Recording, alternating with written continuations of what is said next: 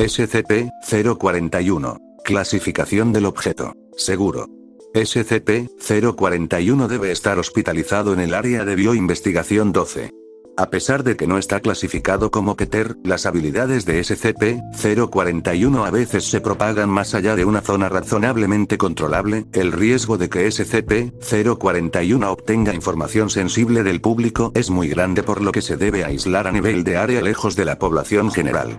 Se aconseja al personal que quien quiera mantener sus pensamientos en privado se aleje a un radio de 15 metros de SCP-041, detrás del círculo rojo descrito en el suelo.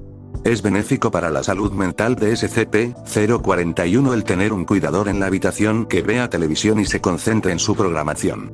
Esto permite a SCP-041 efectivamente mirar la televisión a través de la mente de alguien más. El cuidador ideal es el personal de clase D con inteligencia menor al promedio cuya mente no divague o tenga más de una cosa en que pensar al mismo tiempo. Aunque no posee control mental, SCP-041 usa sus habilidades para obligar a sus cuidadores a ver programación que ellos no disfrutan.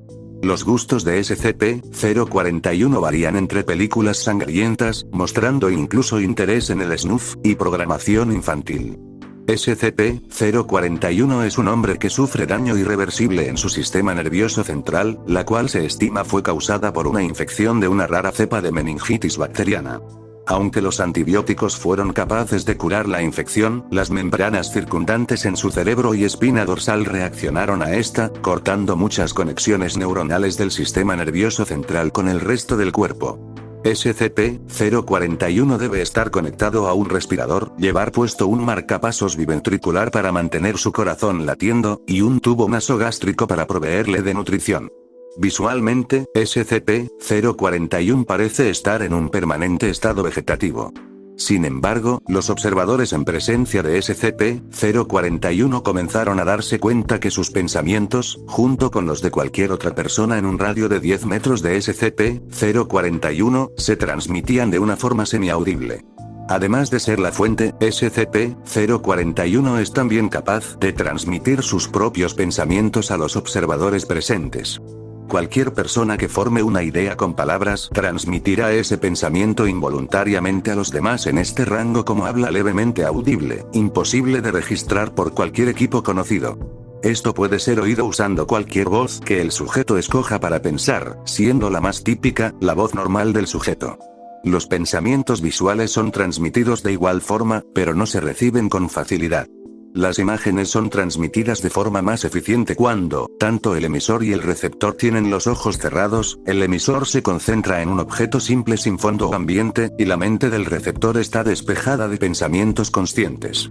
La comunicación entre dos sujetos utilizando imágenes, sobre todo aquellas que no están arraigadas en la memoria, sino en la imaginación, suele ser difícil.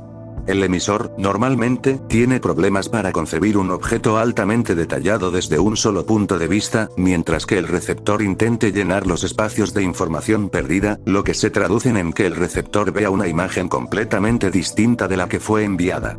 Las imágenes más difíciles de ser transmitidas con éxito parecen ser rostros de personas, en particular si la imagen es una de una persona en movimiento.